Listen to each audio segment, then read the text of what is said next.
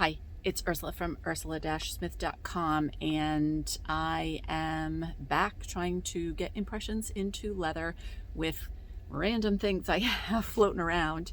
And so here is a piece of polymer clay that I had pressed into an impression die. Didn't completely love the way it turned out, so I'm willing to sacrifice it. And we're gonna try rolling it through the Big Shot on a piece of leather and see what happens. So thanks for joining me, and here we go. So I'm back, and I have a little test piece of leather and my polymer piece, and we're gonna have to play around with this. This polymer piece is pretty thick, so I'm thinking I may not need the tab like I normally do. So I'm gonna pull the platform out, remove the tab, and just use the platform, and hopefully this is not too thick that it won't work at all.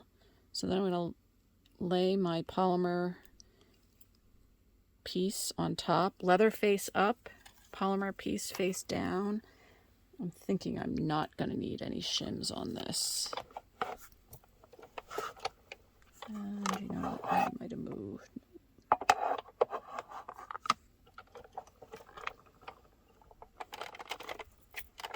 Ooh, it's a little tight.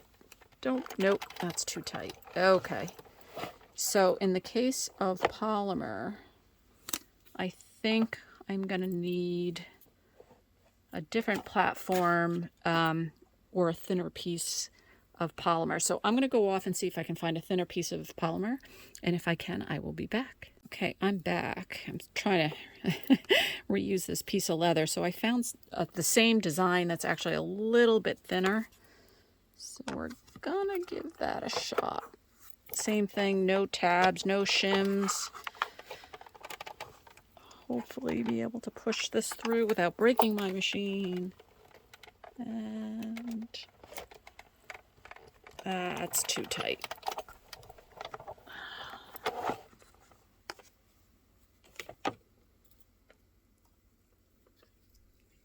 Oh, some of it went through. Oh, check it. All right, that's pretty cool. Okay, so that is a piece of polymer. If you're going to use your Sizzix, again, if it's too tight to roll, don't even try it. I managed to get that through, but that's a really thick piece of polymer. So if you're going to try this technique, I would go with thinner. I had another piece laying around. Let me go cut another test piece of leather and see if I can find that thinner piece. And we will be back and I'll try that. Okay, I am back, and this is a piece of polymer that I made by pressing it into a piece of decorative wire. And so it's much, much thinner. It's actually a little bit flexible too, which is probably a good thing since this piece is so big. I don't want it to break. So I'm just going to layer this test piece down, and this should roll much easier through my machine without breaking it. Put my platform down. Don't know if I'm going to need a shim. Okay, that was way too easy. Actually, I don't have my tab down. Let me try that, because that's a thin tab. So I'm going to put tab number 1 down, and that may be just enough for what I need it for. I don't know whether the impression went through or not. It's a little off kilter, but I don't want to move it in case it started to go through. And still a little easy, so I'm going to add a few shims. Try and go back the other way.